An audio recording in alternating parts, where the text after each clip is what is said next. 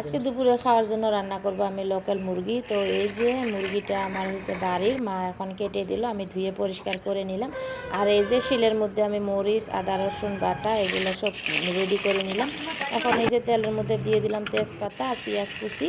তো দিয়ে পেঁয়াজগুলো একটুখানি লাল করে ভেজে নিয়ে তারপরে দিয়ে দিলাম আদা রসুন বাটা আর মরিচ বাটা, জিরা ধনিয়ার গুঁড়া, হলুদের গুঁড়া, নুন এগুলো দিয়ে আমি কয়েকটা গোটা রসুন দিয়ে অল্প করে পানি দিয়ে মশলাটা কষে নিয়েছি। নিয়ে তারপরে দিয়ে দিলাম এই যে মাংসটা। তো মাংসটা দিয়ে ভালো করে লাড়াচাড়া করে ঢাকনা দিয়ে কষে নিয়েছি। এখন দিয়ে দিব কয়েকটা আলু।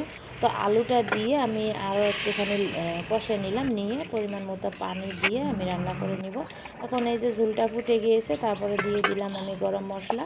গরম মশলা দিয়ে আর একটুখানি জাল করে এটাকে আমি নামিয়ে নিচ্ছি। তো এই যে আমার রান্নাটা হয়ে গেছে, মুরগির ঝোল। তো এখন এই যে ছেলেকে খেতে দিব, তো দুপুরের খাওয়ার জন্য রেডি করে নিলাম। ভাত দিয়ে দিলাম আর এই যে মুরগির মাংস, আর দিয়ে দিলাম আমি 2 টুকরা পেঁয়াজ। তো এ দিয়ে আজকে দুপুরের খাওয়াটা কমপ্লিট করে নেব আজকের মতো।